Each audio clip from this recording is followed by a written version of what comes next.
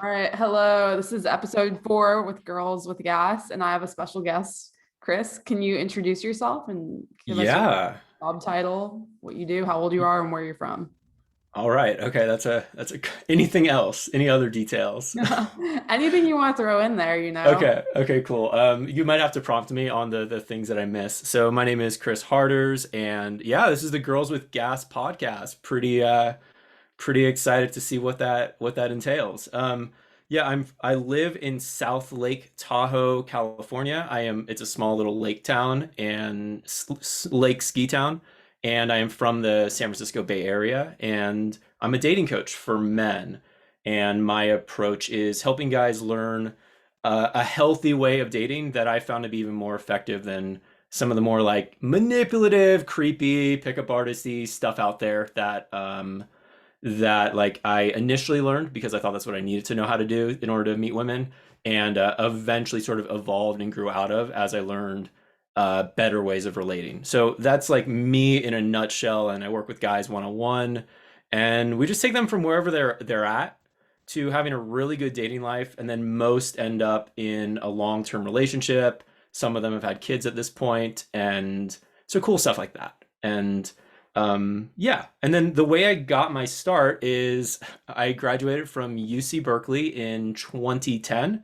I was an engineer, and I was very not good with women at that point in time. I was so what, I was 21, 22 when I graduated. By 23, the writing was kind of on the walls. I was in a very comfortable corporate job I could have done, I don't know, indefinitely, that paid well, but it was very clear there was nothing waiting for me if I didn't make some sort of change. I knew I wasn't happy with my relationships. I knew I didn't have really even the friendships I wanted, certainly not the women that I wanted in my life. So I went online and I looked for what options there were. I didn't want to go into a bunch of forums where they're just kind of strangers named like, Thundercock 69 and random things like that telling you how to talk to girls. So I did something probably even more ridiculous, but I found some people that have you heard of the book The Game by Neil Strauss? No, I haven't. What Oh, can that's you tell me interesting. about? Yeah, sorry. No, I Oh, okay, cool. Yeah, so there's a it's funny, it used for a little while it was really popular. He wrote it in I think 2005, and he was a writer, and he would go on tours with, I think it was like the Rolling Stones and different rock bands, and write interesting books and stories about their life. Actually, I think it was Motley Crue, but anyhow, it was rock bands and things like that. And then he heard about this pickup artist thing, and he heard that there were these guys who allegedly knew how to talk to women and talk them into bed and into relationships and things like that. And he was like, "Have like, is there something that I need to learn?" So he went to Hollywood, where they had this little mansion, and they would go out every night and they would practice talking to girls, and they had all these elaborate scripts and lines and like things that they did that theoretically would get women interested in them. And they all would exchange notes with each other, and it sounds like for a little while it was a successful way of meeting women, and not really an organic way but a successful way.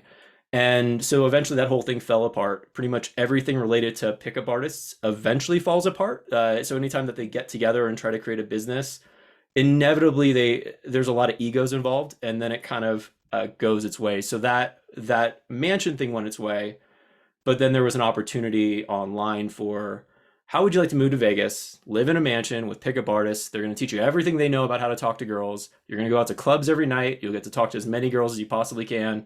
You'll get really good. And I was like, all right, this seems crazy, but what do I got to lose at this point? And my plan was go there for a week or a month or 2 months, kind of figure out what I needed to do and get out. And then I moved there and everything kind of changed. I went from no success with women to quite a bit really quickly. haven't. And then my coaches were like, listen, you can go back to your old life. You've been here for a couple months. You can go back to your old life, but there's a good chance you're going to be miserable again because you haven't really made this part of you yet. So I stuck around for a couple years, became a club promoter pretty early on to meet more women. Are many people? That's interesting because I feel like club promoters who I know are like pretty good with women. Is that like a common?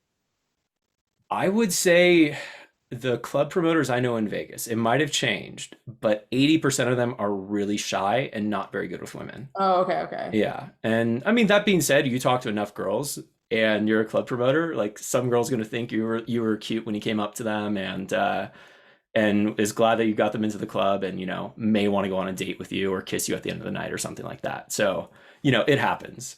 Um, but yeah, then all of that kind of ended eventually, and I started working with clients. I also wrote a book on Tinder when it first came out, called Conquer Tinder. It was actually kind of a silly name now that I think about it, like in retrospect. But the details in it were really useful. It's how I learned how to text women and really just communicate with people. And it's where I started understanding the framework of how you could have easy conversations with people, whether you knew them or not, where they just would sort of like you really quickly. And I was really fascinated by that and started realizing a lot of the gimmicky stuff that I was learning early on wasn't necessary at all. I didn't need to learn all these sort of push pull and nagging and all these like things that are meant to sort of like spike women's interest in things. I realized I could actually get to know them better through more of a natural connection in terms of like just connecting at like an emotional level with them rather than trying to come up with all these wild gimmicks. And then I got really into self-help, inner work, and that's where I'm at now. So when I take a client on, we work on the external stuff. We certainly make sure that they have a date plan, they know how to dress and style themselves, and if they need a makeover, we do it. But then it's a lot of the inner work and then really helping them clarify who the heck they are so that the women that are coming into their lives, the conversations they're having aren't just boring ones where they're like, why am I here? What am I doing? But they're interested, the women that they're like attracting are truly interested in them because like they're like, oh wow, like this guy's cool. The things he's into are cool. Like rather than just saying, let me try to appeal to as many women as possible, why don't I appeal to the women that I actually want to have in my life for more than just a night. So that's the way my dating, I guess, structure goes in a nutshell. I guess I could have given you more of a linear timeline, but this is the way it came out. Okay, So I have a question. So did you pay for the, I guess it sounds kind of like a pickup artist boot camp, I guess, if you will, or is that yeah, oh yeah, I paid big bucks. Yeah, I paid I paid a good chunk of money for about 2 to 3 years to sleep in a bunk bed in a no way? in a room with three other guys, and then I would go out every single night, and then we would have like mini. So every night when I came back, or oftentimes I would have a mini debrief with a coach, and then every Saturday we would have a mini training and then another debrief, like dinner thing on Sunday nights. And I mean, some of the exercises we did throughout it were ridiculous. Like Some what? were probably helpful. Um, I would say the coaches had some pretty odd strategies that they thought would get you out of your comfort zone in a good way, and I don't know that it always I don't know that it always did. So there was a lot of anytime a guy was having insecurities or was uncomfortable talking to a girl, their philosophy was basically if he experiences enough pain, he'll move through it. So they would try to embarrass us, try to shame us into doing it. One time they had us go to a casino off the strip, and their instructions were to find the oldest woman that we could and to sit next to her and look her deeply in the eyes and tell her, you are so fucking sexy. And then my name is whatever. Who are you? And they said we weren't allowed to leave that casino until we got her phone number because she truly believed we were interested in her. And I mean, it was just ridiculous. So like there's I mean, security eventually came and was like, "What are you guys doing to our slot players? Like, get the heck out of this casino." But that was a weird one. So there were a lot of those. I don't think too much about them anymore because it was so long ago, and so much of what I teach now is a lot different. But there's some characters out there still teaching these things where I'm like, I mean, everyone's on their journey and path, and I wish them the best. I just don't know how guys think that's going to be the way that gets them the women they want. So to be kind, I guess, without really calling people out or anything like that.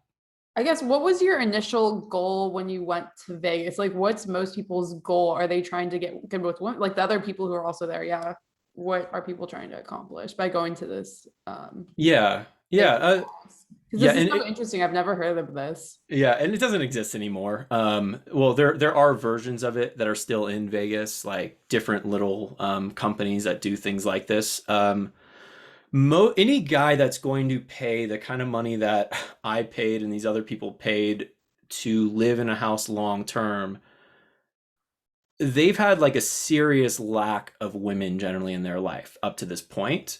And so then they're just kind of like, I want to go on the opposite end of the spectrum. Now, for me personally, I can't speak for everyone, but most clients I work with, basically they want to have a little bit of fun for a little while, and then they want a really cool girl to settle down with. And what they really want is to understand like that if they choose this woman and things don't work out, they don't want to be in that same mindset they were in when they first got started. So usually when a guy's getting started, he's really got low confidence in himself, low confidence that he can meet a woman and that she's really going to like him for him. He's basically taking into account every insecurity he has. He's questioning everything about every relationship or lack of relationship he's had in his life.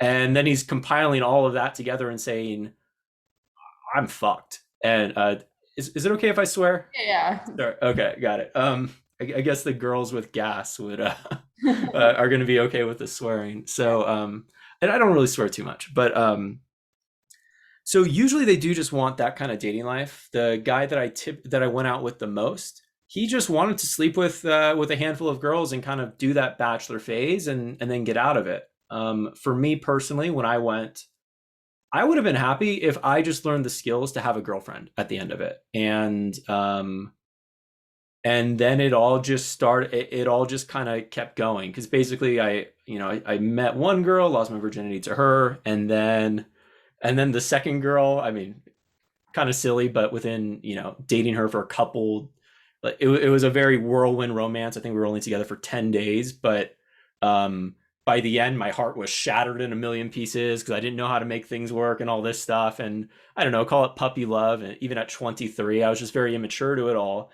And so I was just like, holy crap, I don't know what I'm doing with relationships. And so that's what kind of kept me around longer than I expected because I just thought, I'm pretty much at a loss right now of what to do. And that's so most people get in, and when they get in, they have pretty good intentions. And then I think it depends on who their mentors are. So my mentors were pretty big on sleeping with a woman as quickly as possible and sleeping with as many women as you could. Mm. And eventually I adopted that way of thinking. And it really took me kind of cutting off a part of myself. Like I had to do some inner work and healing after this all happened. Like, because I remember day one hearing a lot of misogynistic jokes and like in my gut being like, this isn't good. This isn't how I was raised. But then another part of me came up that was like, well, nothing you've done to this point so far has worked. So, maybe these people know something that you don't. Mm. And that was kind of the what began to shift things. And I would have a hard time after sleeping with a woman. I would feel very connected to her, and they're like, "Yeah, good job, next." And I'm just like, it really messed with me, and I think it does mess with a lot of guys. And I don't think most guys want.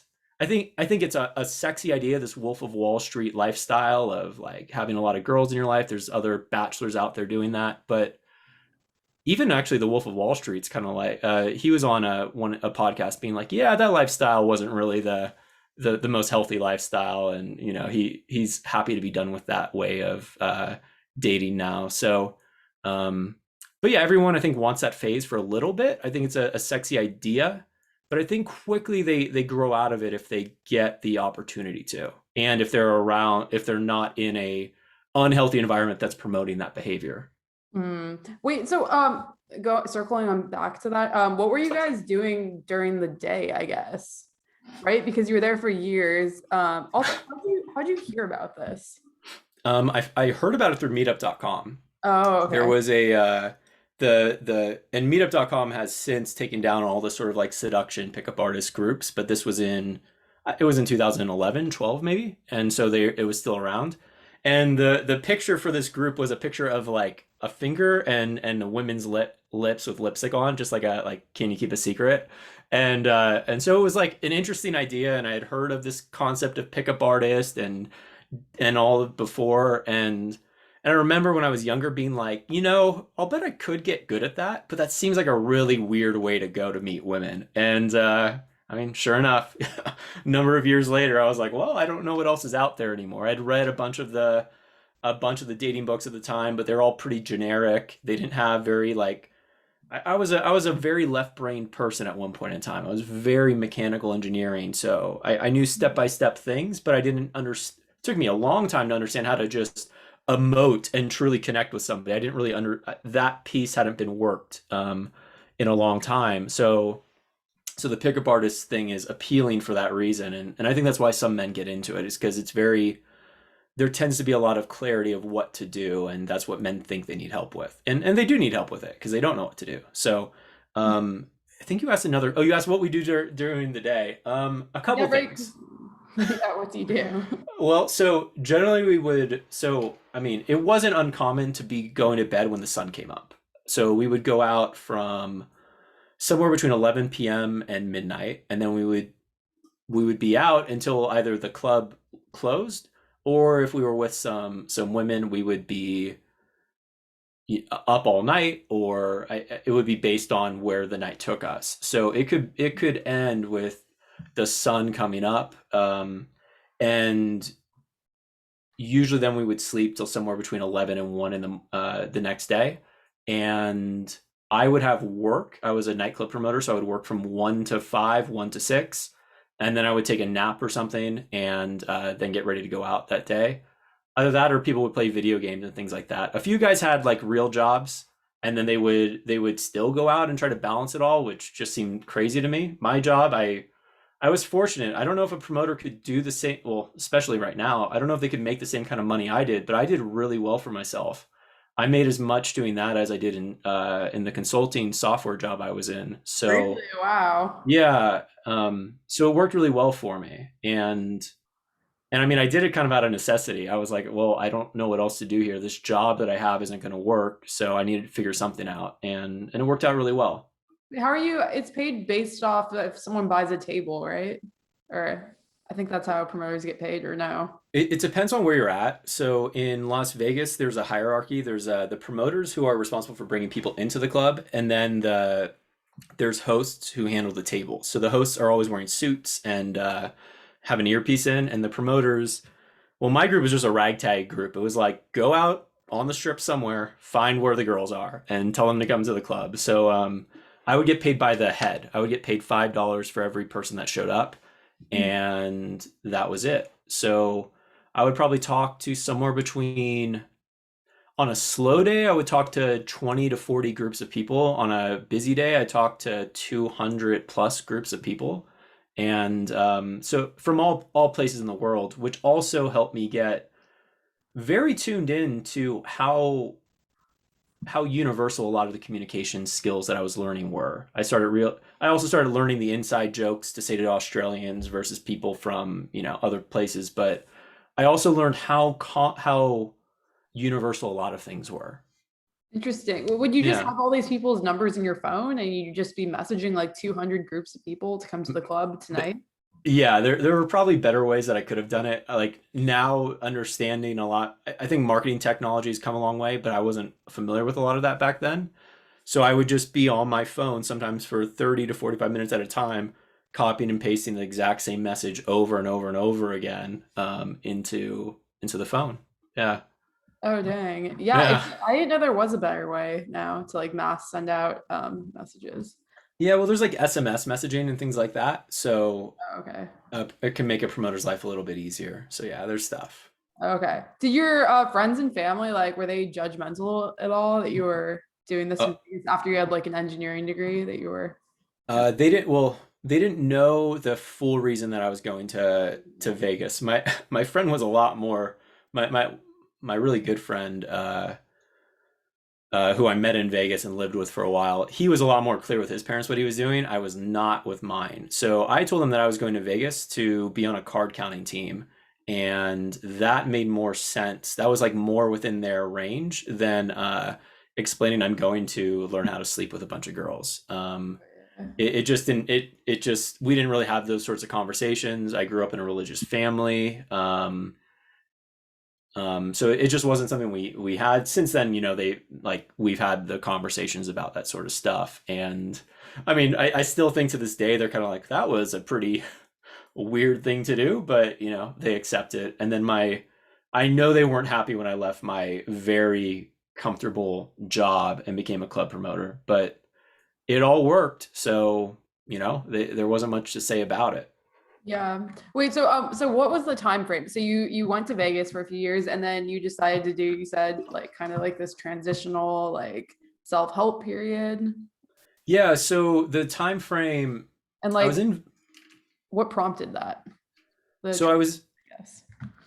yeah, so I was in Vegas until maybe 2014 or something in there. There was a period where I was between LA and Vegas, and I switched from being a club promoter to doing more of the dating coaching, and I had my book out at that point, and I was building a business with one of my initial mentors in dating, and things just didn't work out. And he actually ended up taking, well,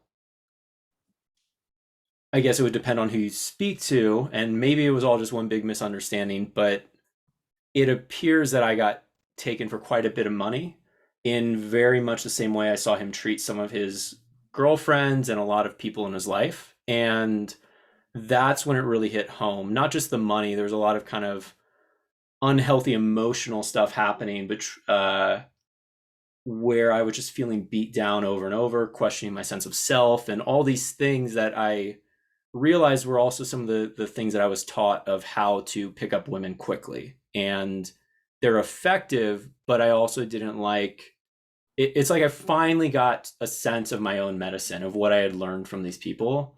And I didn't really want to continue doing that with others. So that's when I began to change. Around that time, I had sort of a random thing. I had a client that I worked with. It's interesting.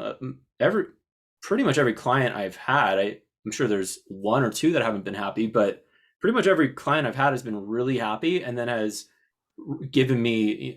referred other people to me because they've been so satisfied.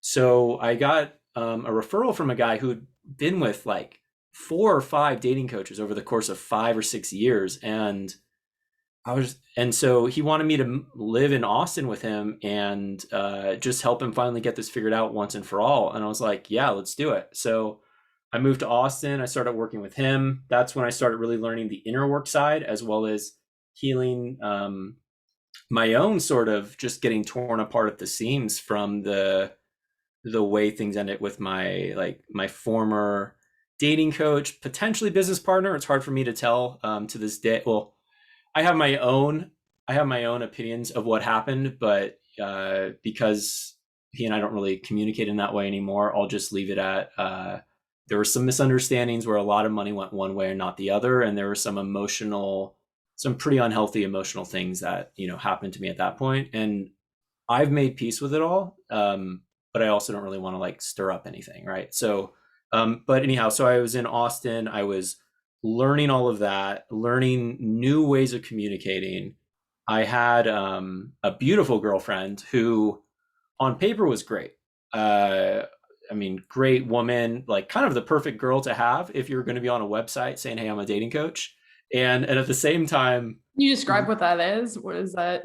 yeah, I mean, very feminine in terms of the way she looks. I mean, she was on different billboards in Austin because of how pretty she was and and very sweet girl, very empathetic, had a good career and all these things. Mhm. And yet we didn't actually have true like compatibility or chemistry. Like I was pretty good with still getting things going because of all the pickup artist stuff I'd learned.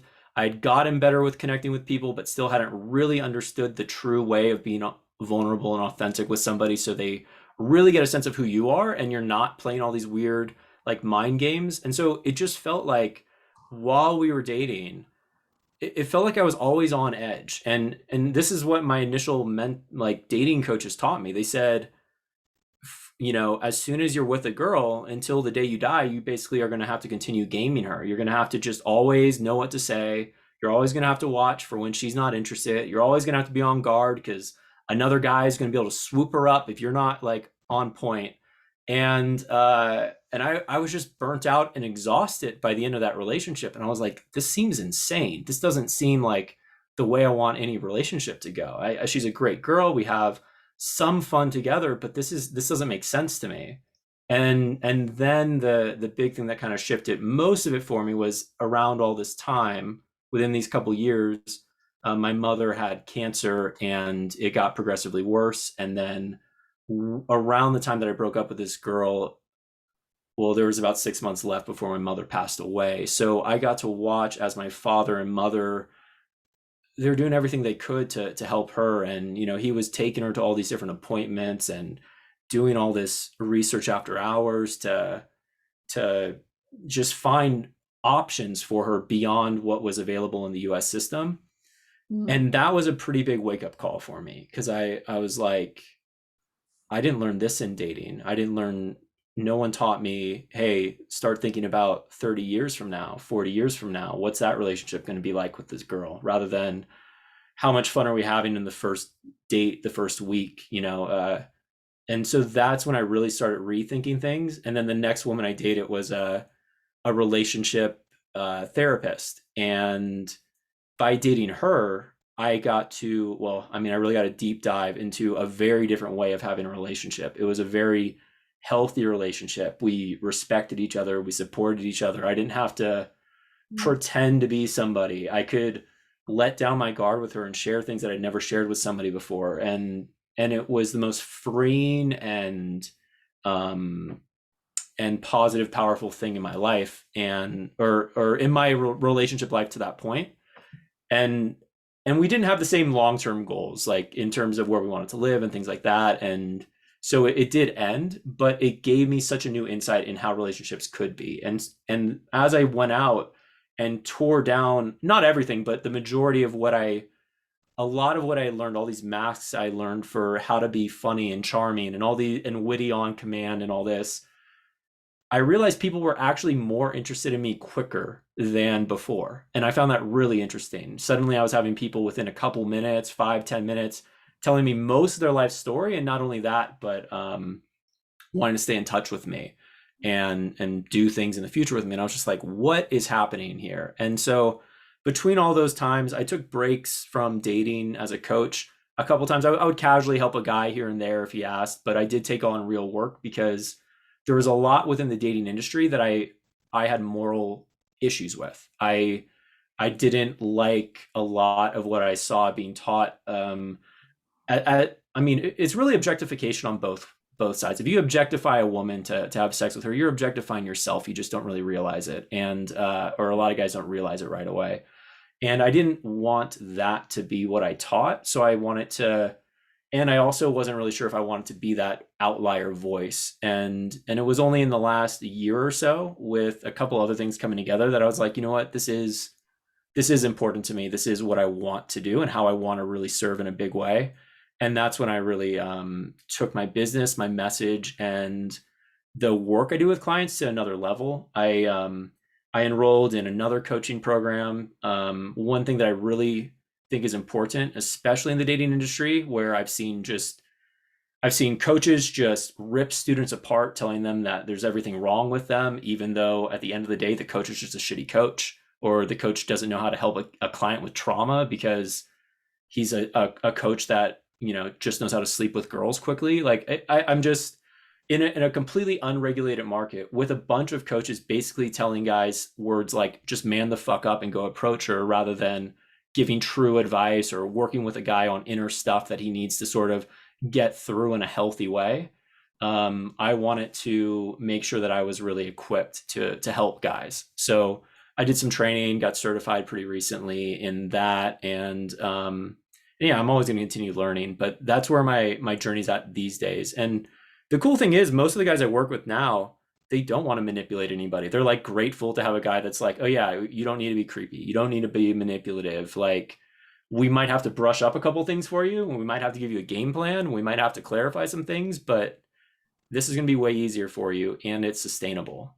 What's okay, also, okay, what's the framework exactly like for, I guess, your business, like finding clients? Like, how did you find your first client? Like, is this kind of like how do you keep clients? Like, how does that all work? Well, the keeping's pretty easy. So I only charge, I'm not cheap, but I only charge once in the beginning. Hmm. And then we just go until they've got the dating life they want, because it doesn't take that many calls. I really enjoy what I do. And there's a lot of problems I have with what I see in terms of the coaching model, the business models a lot of coaches use, and I mean how I was taken as a client too, in terms of when I was charging a monthly fee or an hourly rate. It's kind of confusing, because then if the client doesn't have the success they want, I get excited internally, even if I don't want it, because it means I get paid again. So I didn't like that there was a misalignment between me and the client. So now I just charge more, but I say, you got me now. Like, let's just go until you have the dating life you want. And when I do it that way, it doesn't take too many calls, but they're never thinking in their mind, oh, should I call him and pay money? Should I not? Like, all this. It's just like, no, let's just do this. And then, a year from now, when you're dating a girl and you say something dumb and now she's mad at you, get on a call with me. We'll work out how do you clear that up, and then you can go back on to your relationship. So that's the way I work with guys now. And the way I find them is a bunch of different ways, usually social media. And I'm in a good number of different Facebook groups at this point in time. And I've got a few other creative ways. My podcast is useful. And then I'm always grateful for the referrals I have, because Hmm. and then I also just have a lot of people who like to help me because they like my message, and that's pretty cool. So Yeah, that's awesome. Wait, so what's like the dating coach community like? Like, do you know most of the people, I guess, in the US, or like, it seems like it's pretty big, or is it like kind of small? Is it like, yeah. What's it like? um I guess it depends on because I look at it kind of in categories, right? So I'm like, okay, these are the pickup artist guys, these are the red pill manosphere guys, which are a little bit different than the pickup artists. There's some overlap. Do you know most of the guys in the community? I don't know all of them personally anymore. At one point in time I knew the major sort of people in this thing, but I just haven't seen much of a benefit to it anymore. I get a lot more benefit connecting with other coaches and people who are using techniques that I find really interesting with how they work with clients, but they may or may not be doing dating specifically. And it's less significant whether they're doing dating, but more so the way that they're working with clients. And I find that really interesting. So yeah, I don't work too much. I'm open to talking to different people, and I've been approached to work with different coaches and things like that. So if it were the right fit, if it made sense, if it seemed like it was for the greatest good, so then I would consider working with somebody else. But I would have to make sure that what they were teaching was truly in alignment with my own ethics, because um, I'm really looking at it not just from the guy's perspective, but from the woman's perspective. I don't want I just don't think we need to add to the toxicity in the world. And I think relation relationships can be healthy and dating can be healthy. So Mhm. Are there any female dating coaches, and why wouldn't you consider, or would you consider taking on a female? so there are plenty of female dating coaches. There are females that are dating coaches for men, and then there are dating coaches that work with women. And I would consider taking on a woman. I think there are definitely differences, but there's a lot more in common. And at this point, I mean, I've advised women as a friend, and there is a product I'm working on with a friend, or I don't quite know how we're gonna structure it, whether it's a product or what, but we are going to be putting together something that's going to help women who kind of fall for the wrong guy over and over recognize signs early on of what to avoid for that. And that's something that I think is pretty useful. Having been a guy that was very good at being whatever the woman needed me to be in order to get in her pants, and that's not quite the way I operate anymore. So I just think it's useful because yeah, I think it's important for me to help women in that way. What sort of product? Like, It would probably just be some sort of video thing. We're still discussing how it would work. I mean, I would do it for free. I don't quite know what his ideas are, and obviously like based on scale and things like that, it would depend on how things go. But were I to give a woman advice in like 5 minutes, I would tell her, if everything feels like a whirlwind, take a step back and see if you feel the same way, in a couple of days, rather than like just going all out. And even if he's really convincing you, hey, it's a good idea to come back to my place or something like that, and it seems really tempting, women are pretty good with trusting their with women are pretty good at getting signals from their gut slash intuition. They don't always listen to them, and oftentimes that's not in their best interest. So I would encourage women to reconnect with that side of them, even if the guy is really trying to convince her that it's in her best interest to go back to his place. And then she'll get the right guys kind of sticking around, generally speaking. So those would be some of my very initial things. And then also to be extremely clear with the guy. Rather than, I think women often are very kind and polite and will be like, I don't really want to do it right now, or something like that.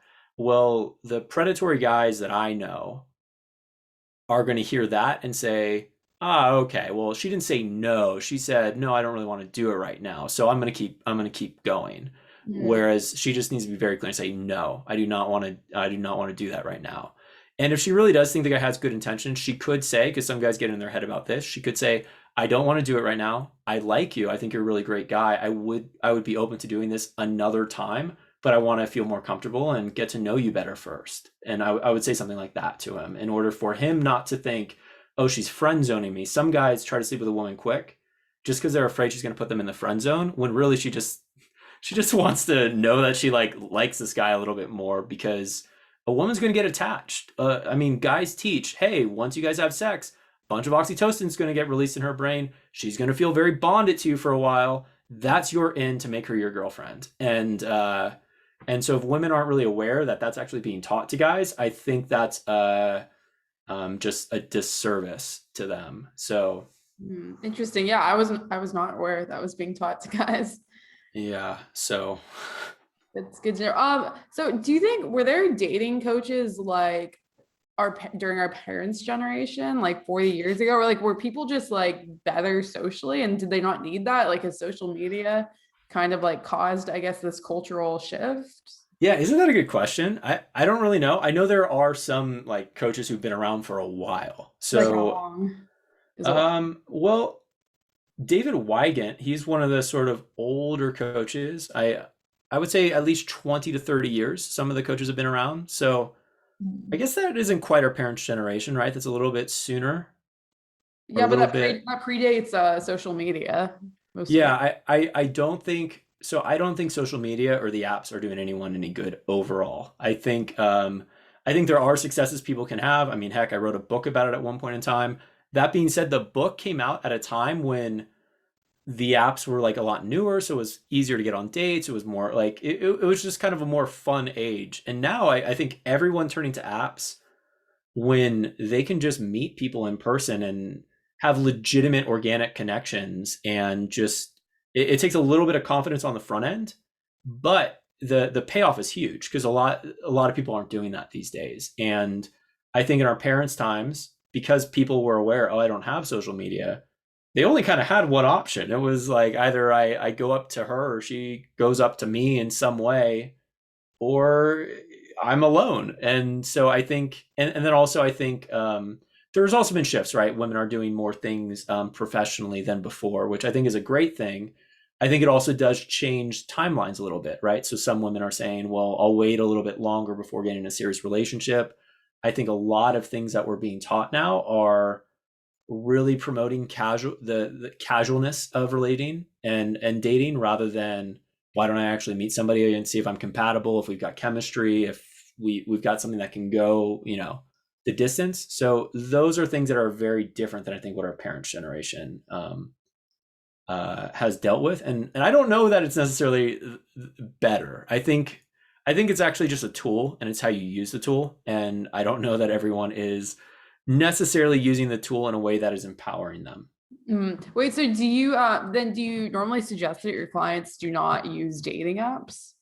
Well, I suggest that we do it from all angles. So there's three principal ways. One is online and apps, and we may as well set that up because why not? But I would recommend that be like a supplement to a guy's regular dating life. I've got, yeah, I would say, I don't know, 20 or 30% of the guys I've helped have met the girl that they're dating from dating apps, but then the majority have met them through their everyday life, through the groups they're a part of, the gym they go to, and that's almost a better fit in my opinion, just because the values are a little bit more aligned. So the first way would be dating apps or online. The second way would be through just approaching a stranger and beginning a conversation. And the third way, which I think is the best way, is just being engaged in different social settings throughout your life that fit your lifestyle, and just being social with people, and over time meeting people that way, and then inviting them to go on a date or some sort of thing with you beyond that initial social interaction. And because then you're meeting people who have a little bit, you already know they have certain values in common with you, Mhm. and that's useful. And then I don't see it useful. I mean, the way I approached dating when I got started was kind of ridiculous. I gave up my entire life. I said I'm going to live in Vegas. I mean, I would go out so often that when a girl asked me, "What hobbies do you have?" my only hobbies were going out and then watching. I watched a lot of different shows about dating, and I mean, almost anything I can get my hands on, chick flicks, dating shows, just trying to get my head around it all. And so for a couple of years, that's all I was absorbing. So if a girl asked what other hobbies I had, I was like, I like to hike. I would just kind of list things that I like to do, but I hadn't done them in a couple of years. And so I think it's a lot better when a guy can just find ways to make his life a little bit more social. Like for me, the way I make my life a little bit more social is I go to the coffee shop every day to get a coffee and begin a few conversations.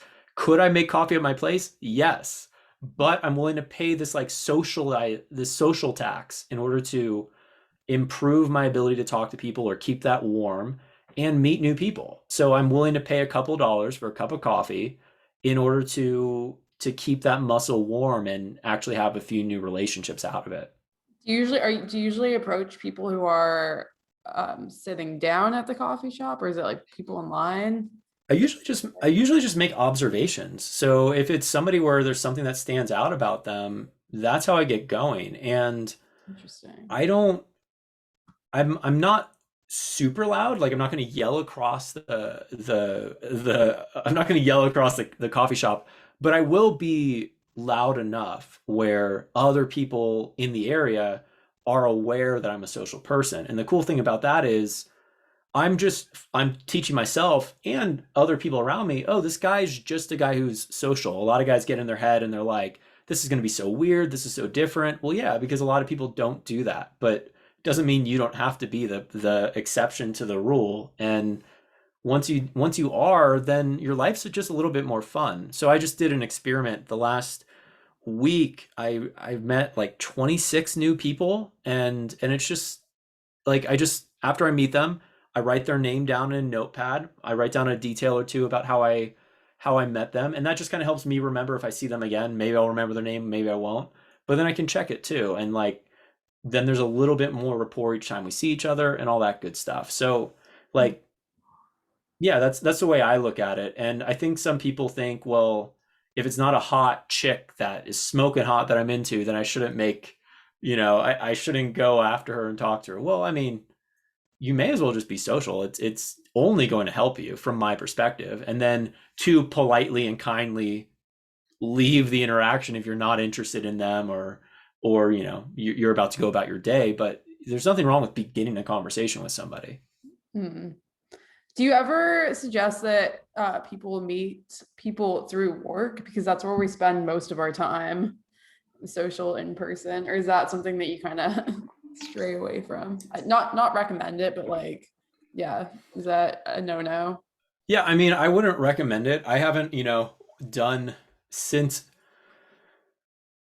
yeah, I haven't had a traditional work job in quite some time. So, yeah, I wouldn't be the right person to ask. Now, I definitely had there is a romantic side of me, right? Where I'm kind of like, I kind of put love above most other things. I'm like, if this really is the woman that I think I want to spend my life with, I'm willing to risk the job or whatever.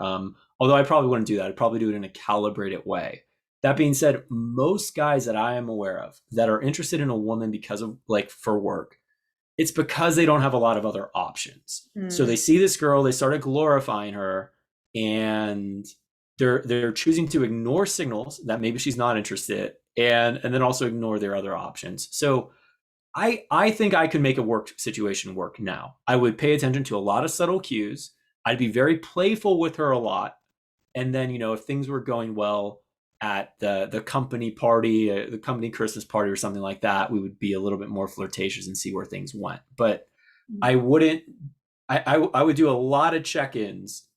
It depends on the job. If I'm working an hourly job at some place where I don't care if I get fired, maybe I'd be a little bit more willing to take that chance. But generally speaking, I would tell a guy, let's see what options you have beyond work before you go down that route. Mm. Like if they're a lawyer or something, probably not. Yeah, that would probably get them in. I mean, Yeah, could that all work out, but I mean, it's interesting. It's just it's so fascinating. Some of the stories I've heard over the years. Like, I remember hearing a woman that I met on an app. She came over and she was like telling me a story of how she was the supervisor and like one day a guy that had a crush on her just came into her office and just smacked her ass and like said how much he'd been into her for so long, and then they just started having sex on her desk. oh wow, And I was like, sounds fake. and she's like, wow, that was hot. That was really, did you say it sounds great? No, that sounds fake almost. That sounds like Oh, straight out of a movie. yeah. I mean, so she really went into detail about the thing. I'm pretty sure it was real. But as she said that, I was like, I mean, good on him for it working, but how many times could that have gone badly, right? Like, so from my perspective, I'm thinking, I'm glad it worked, but that could have backfired pretty strongly. So I would encourage people to choose other places than work. I usually when I ask people, well, what other women are you talking to? How else are you getting dates right now? They don't have a lot of options, and that's why they're choosing that route. And Mm. that's why I would encourage them to shift a couple small habits that make them more social throughout their day. Mm, interesting. Yeah. And to kind of circle back, you said you noticed this change when you started, where people would tell you their life story, basically. Yeah. Wait, and so why do you think that was? Like, why was there that shift where people just felt like way more? Yeah. It started with the book. Have you heard of Brene Brown? No, I'm sorry. Really? Oh, interesting. Okay. So she wrote a book. She's written a number of books now. She's an expert on vulnerability, and she wrote a book called Daring Greatly that I read, and I'm trying to remember. I think I had read a couple other books by that time of dating coaches who had a little bit more of a healthy perspective on dating, sort of where I was going with things. Mhm. And then so she wrote this book about vulnerability and how at the end of the day, we all really want to be seen. And it's so common that, like, as we're going about our days, we have these masks up, these shields up, and we think that if anyone were ever to see the real us, they would just like abandon us, leave us. There's no possible way they would want to be with us. And so all I would start doing in these interactions is I would do these very small, so it's a small to big sort of way of being vulnerable with somebody. You don't want to share your deepest darkest fear with somebody who hasn't earned the trust and will like whatever to they haven't earned that trust yet to hear that story of yours. But I could say something small to start. I'd be like, so tell me, like, what's like a guilty pleasure? Like for me, I gotta admit, like, I am so happy just Netflix binging all night, like doing nothing and just eating a whole bag of popcorn. So I'll say something like that. Mhm. So I'm presenting a small piece of vulnerability into the interaction. And then from there, they share with me something, and it's always something small back. But then it's like this is the yes or no moment. The are we going to go further, or is this where the interaction ends? And so at that moment, the option I have is, regardless of what they say, to appreciate them for saying that. To say, wow, that's really cool. That's really interesting. Like, and if we can look at the human in everybody, it's pretty easy to appreciate somebody, Mhm. even if they have different interests than you. You can ask them, you know, what got you into that? Why are you interested in that? Mhm. And so I think it was this idea of just unapologetically accepting people for who they are, even if like we don't share every single view.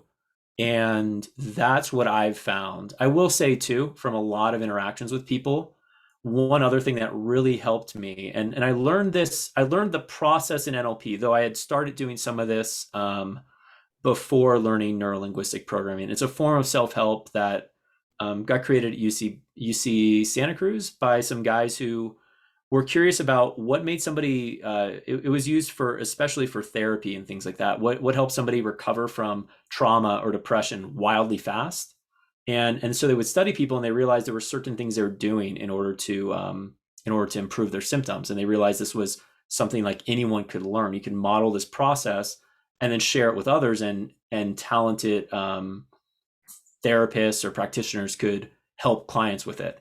And so anyhow, one technique in there, it's a very simple one. It's pretty much the first one you learn is basically how to learn empathy. And it's just a simple process where you remember a situation in your life, you then you imagine where you're with another person, and you imagine it from your perspective. You replay it in your head, and then you take the other person's perspective, and you remember, and you play the situation again. But as you're doing it, you're also saying, okay, well, I'm this person now. I am taking into account who they are, what their beliefs are, everything that's led them to this person that they are standing in front of me today. I'm taking into account how they're dressed and how they've held themselves up, how they're standing.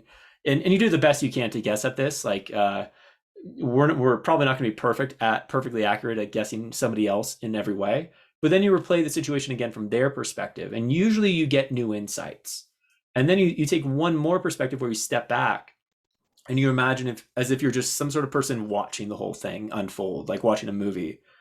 And then when you re-step into that initial spot where you started as yourself, typically you have a lot more insight into the whole situation. You're like, huh, I thought like we really didn't like each other, or I thought like she hated me.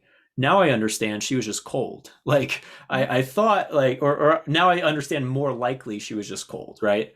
And so I started doing this in conversations with people where, as they're sharing their story with me, I step into their point of view for a second, and I'm just like, you know, what's going on there? And then as I'm just experiencing what they're sharing with me, whatever answer they've had, then usually just something pops into my mind of like where I would go with the conversation, from my perspective of what I'm curious to know more about, of what's probably significant to them. So I remember there was a guy that I met at it was like some sort of social mixer thing in Austin, Texas. And we only talked for a few minutes, but he mentioned like him and his girlfriend just like came to the town, and there was something about the way he brought up his girlfriend, or about how he worked from home and she worked from home, that a question that just naturally came out was, I said, wow, so how is it, the two of you like working home together? I wonder, does that like put any sort of like unique tensions or anything into the relationship? And this is before he knew I was a dating coach or anything like that. And then he just like poured his heart out. And this is in a couple minutes of knowing him. And then after that, he said, you seem really cool. Like, I do Facebook ads. Like, maybe we can work together on something. He didn't even know what I did. He was already offering me like something to do because he wanted to stay in touch. And so I was able to do that in over and over again, just stepping into people's point of view. And it's something that I even do if that I used to do when I was at clubs. And I would be, sorry, I'm not talking too much, am I? No, no, you're good. You're good. Yeah. Okay, Probably sweet. wrap it up though in like 5 minutes. Yeah, yeah, yeah. Sorry, I get really excited. I really enjoy talking about this stuff, and I don't want my passion to come across as me just taking over everything. So, okay, sweet. Yeah, so there was an experiment I did in a it was a club in Austin, Texas, which could be interesting if a guy's ever in his head of what to do next in bars. And I'm an introvert. I'm an introvert. If people have heard of the concept of a highly sensitive person, these are people with expanded nervous systems. So typically they get overwhelmed a lot more quickly than a person with more of a standard operating nervous system, and this accounts for somewhere around like 20% of the population. And so basically what this means is like when I go into a situation, I can get overwhelmed really quickly if I'm unaware of how to keep myself grounded and how to like tune into myself and not get overwhelmed by the whole club. But in those days where I'm just like, man, I don't want to be here. That happened to me a lot because I was going out all the time at one point. What I did at one point is I would stand just off to the side. And first, I would take inventory as I looked around and realize a lot of guys make a big deal. I think a lot of people in general, they think like everyone's watching them when they're in a club or a bar or something. And they're like, uh, and so they're nervous about what to do. They're nervous that they're not talking to anybody about how other people might think they're looking. But if you actually take inventory, if you just stop and just look around a bar for a second, generally speaking, no one gives a damn. Like everyone's in their own world. And there's sort of a freedom once you're aware of that. Once you're like, oh, okay, like I can give myself that opportunity to like chill out. Like I don't need to always be on or cool while I'm in this bar. But what I would do is I would take into account, I would look at other people that were having a really good time in the bar. And I'd been there so many times. I'm like, how do people have fun doing this thing? It's loud music, it's expensive drinks. What are these people doing? And so I saw this guy who was like just having a blast. He had a drink in his hand, and he was circling around on a stripper pole. This was Concrete Cowboy in Austin, Texas, and he was just having fun. And so for a split second in time, I like stepped into his point of view, and I imagined what it would be like to be that level of buzzed and to be seeing the different people from the higher level. And I had like a smile come onto my face. Now the interesting thing that happened right after that is he came right up to me like seconds after I did that, and he said, "I don't know who you are, but I like you, man." And I was like, "Huh, that's interesting." And then I did the same thing. I think it was a girl, and then she started talking to me, and I was like, "What the frick is happening right now?" And so anyhow, that I think that's part of the secret sauce is actually stepping into other people's point of view and just appreciating them. We even people who we don't really agree with, and it can be a challenge. It can be definitely be a challenge with the ego, but we can step into their point of view and be like, okay, I mean, I see where they're coming from. I see why they think this is a big deal or why this matters to them. And the more we practice, I think I don't know. Maybe it's a solution to world peace, but it certainly helps with getting dates or making friends or being social. No, I agree. Yeah, I think that's a very important thing to do that people don't Uh, do very often. I'm going to try to do that. Okay, so moving forward, what's your plan with your business? Like, is this something you're going to do for the rest of your life? no, I couldn't tell you the rest of my life. That's a big ask. I have big expectations for where I want to take things with helping people, and that's about all I can say. I know I want to help a lot more men, and the eventually my coaching will turn into some form of a group coaching dynamic versus one-on-one. But I do see potentially being conventions or things like that down the line if it makes sense, or conferences, whatever you want to call it. And I do just want to bring a movement out there of how you can be genuine, how you can be authentic, how you can actually learn about somebody and give a damn about them, and also have a pretty fun life in terms of dating. So I think guys think that if they I know I thought this for a while. I thought if I led with my heart, I was just going to be this soppy mess and women wouldn't like me, or they would think I was like a pushover or something like that. Well, I mean, I couldn't have been more wrong. Leading with my heart was one of the most useful ways of attracting the right women for me into my life. I think if a guy, I mean, there's certainly women who are gonna, laugh at that or not be interested. But with billions of people on the planet, like there's always going to be a person with a problem with an approach to anything. So I think leading with the heart is a good way of approaching dating, and that's the way I like to help guys these days.